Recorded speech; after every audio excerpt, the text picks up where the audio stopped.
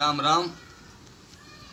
આપણા જામનગર પળંગડામાંથી લાજ વહી ગઈ છે ભાઈ, કાઢી નાખી છે લાજ. આવું આપણે બધા જાણવી, કોઈના આંખ આડા તો કાન છે નહીં, બધાને જ ખબર છે, બધાના જ કાને અવાજ આવ્યો છે. આમાં કોઈ એકલો માણા કાળક ન લે, બધા સમાજને ભેગું થવાની જરૂર છે. મારે કઈ જાજુ નથી કે હું તો એક વાત તમને બધાને કહેવા માંગુ છું કે આ ઈ સમાજ છે, ગોપાલક ભરવાડનો ઈ સમાજ છે જે દુનિયાની મલકો રાણીમાં રૂડીમાં થઈ ગયા. આમ જો આંગળીએ ઠાકર હાલ્યો ગયો તો આ જગતના ચોકમાં. બાવળિયાળીના દુવારે ગાદીપતિ જેથી આપણા જીવ આપા સોહાલાના ઘરે જમણી આય આપડા, અને નગા લાખા બાપા 9 ખંડમાં લાજ રાખી દીધી હતી. લાજ જ વહી જાય પછી શું થાય આપડથી ભલામણા? અને આમ જુઓ, મલેકિયાના દુવારે જયારે યારું કવડી ગયા, નાગ આપડી ગયા, અને ઈ આપડા મલેકિયાના પાટે જીવી આયના પાટે પ્રાણ પૂરી દીધા હતા ઈ માવડિયું. અને આજ આપણી દીકરીઓ લાજના ઉલાળા કરે ભાઈ, ઈ ન કરાય. દીકરી કોને કહેવાય? દીકરી કુળનો દીવો છે, એ વાત સાચી છે, પણ જેથી દીકરી બાપના ખાનદાની માથે ઘા કરે ને ભાઈ, એની કળ નથી વળતી કોઈને. અને આ 50 વર્ષમાં વાહેલા 50 વર્ષમાં આપણો સમાજ ખાડમાં ખપી જાય. વાહેલા 50 વર્ષમાં આપણો સમાજ ખાડમાં ખપી જાય. કોઈ પણ આમાં નાતીલા ભાઈ દીકરીઓ બાપુઓ બધા ભેગા મળીને આલો, હું તમારો છું, તમે મારા છો ભાઈ. લેણામાં કોઈનો ભાગ ન હોય, પણ મેણામાં બધાનો ભાગ હોય. હો ભાઈ, કરાતું હોય કરાય. મને આજ ઈસુ બાપુ સાંભળે, આજ આપણા ઈસુ બાપુ સાંભળે, અને આજ આપણા શિવપુરી બાપુ સાંભળે. જેથી નિહાળામાં આવતા તેથી એમ કહેતા કે એ ભરવાડો, ખોરડું ભલે હોય ખાલી, બાકી આબરૂ થી રહેવું અમીર, મૂડી નો રે મલકમાં ઈ ખોડાય રહે ખમીર. આજ આપણી ખમીરાત ખાનદાની માન મોભો મર્યાદા ક્યાં ગઈ ભાઈ? ક્યાં ગઈ? વિચાર તો કરો. આપણે કયું કુળ છે? એક જ હાંકલે નગા લાખાના ઠાકરને હજી આમ જો આમ હાંકલે ઉભો રાખી દેવી છે. કાલ ઠાકર નહીં આવે ભાઈ, આવું થઈ જાય તો કાલ ઠાકર નહીં આવે. માણા કે ને, નામ રહનતા ઠાકરા નાણા નો રહન, રૂપિયો ફૂક નો મારી દે, રૂપિયો ફૂક નો મારી દે, નામ રહનતા ઠાકરા નાણા નો રહન.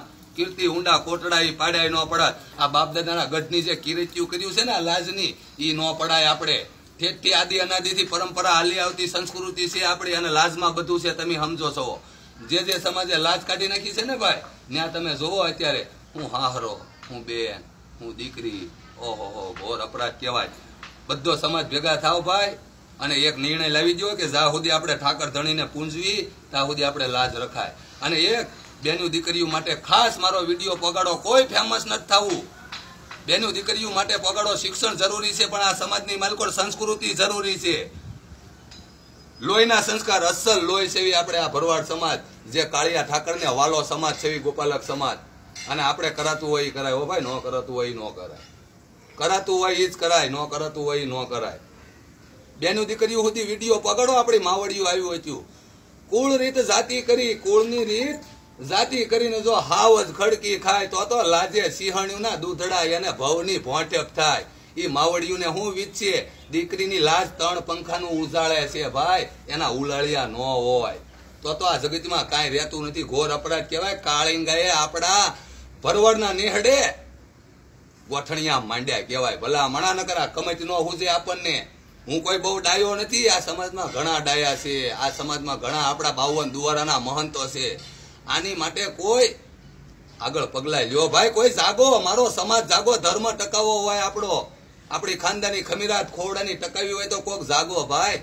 જાજુ તો નથી કેવું, પણ એક ગીત ઓલું આવ્યું હતું તેથી મારા પેટમાં હેરડો પડ્યો હતો.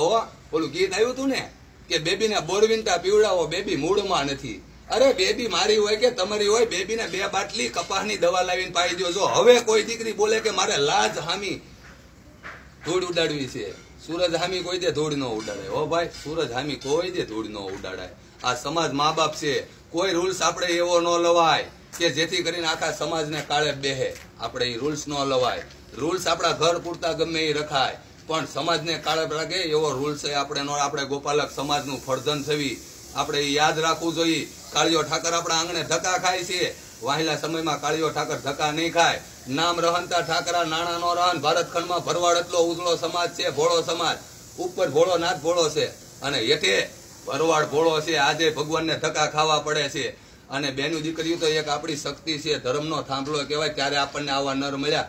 અને ભાઈ બેનું દીકરીઓ તે અત્યારે લાજ ઉલાળી નાખે ભાઈ સાહેબ. હો કાળો કેર કહેવાય આ તો ભાઈ.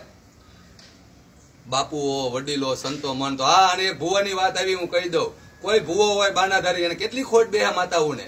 દીકરી સામે આવીને બેહે તારે શું કે મારે દીકરીઓ નથી, માતાજી મને દીકરીઓ દે ને એ ભુવાને આપણી માતાઓ હલ્લે એટલે કાલે વધાવો દીકરીઓ થાય. હવે હું હાથમાં દાણા દેવાના મરવા જેકું થાય. લાજ આડી છે ત્યાં સુધી માન મર્યાદા મોભો છે આ સમાજનો, અને લાજ થકી આ સમાજ ઉભો છે.